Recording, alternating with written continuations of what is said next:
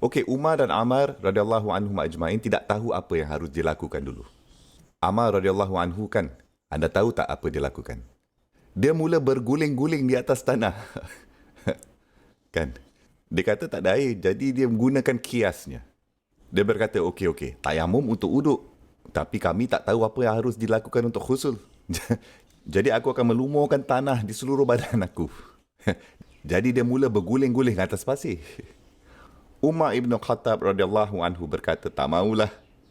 Tak boleh jadi ni. Aku akan hanya melakukan khusul ketika aku pulang. Dan aku akan qada'kan solat.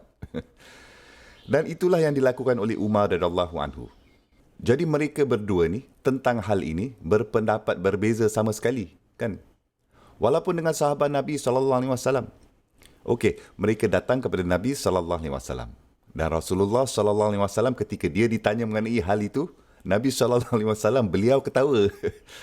Dan beliau berkata, Ya Ammar, ia sudah memadai untuk kamu hanya dengan tayamum. Tepuk tanah dengan tangan kamu dan lap wajah kamu. Kamu ni tak perlu berguling-guling atas tanah.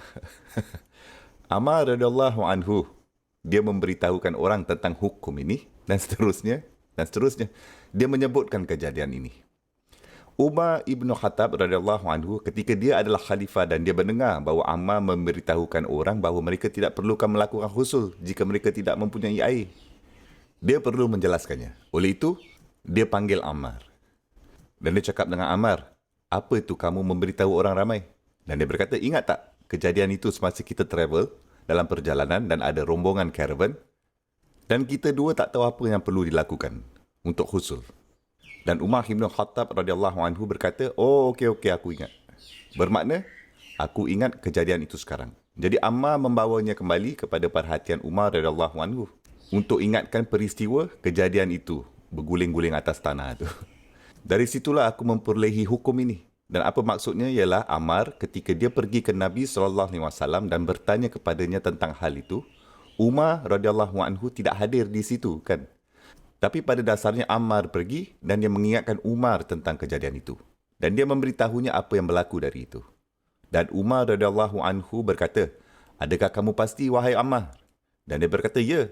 Dan Ammar berkata lagi, lihat, okey ni, jika kamu mahukan, aku tidak akan memberitahu sesiapa lagi. Dan Umar radhiyallahu anhu berkata, tidak. Jika kamu yakin bahawa ini yang Rasulullah SAW memberitahu tentang kejadian itu, oleh itu teruskan dan kongsikannya. Tak ada masalah, kamu boleh terus mengajarkannya. Jadi, itu nombor 3.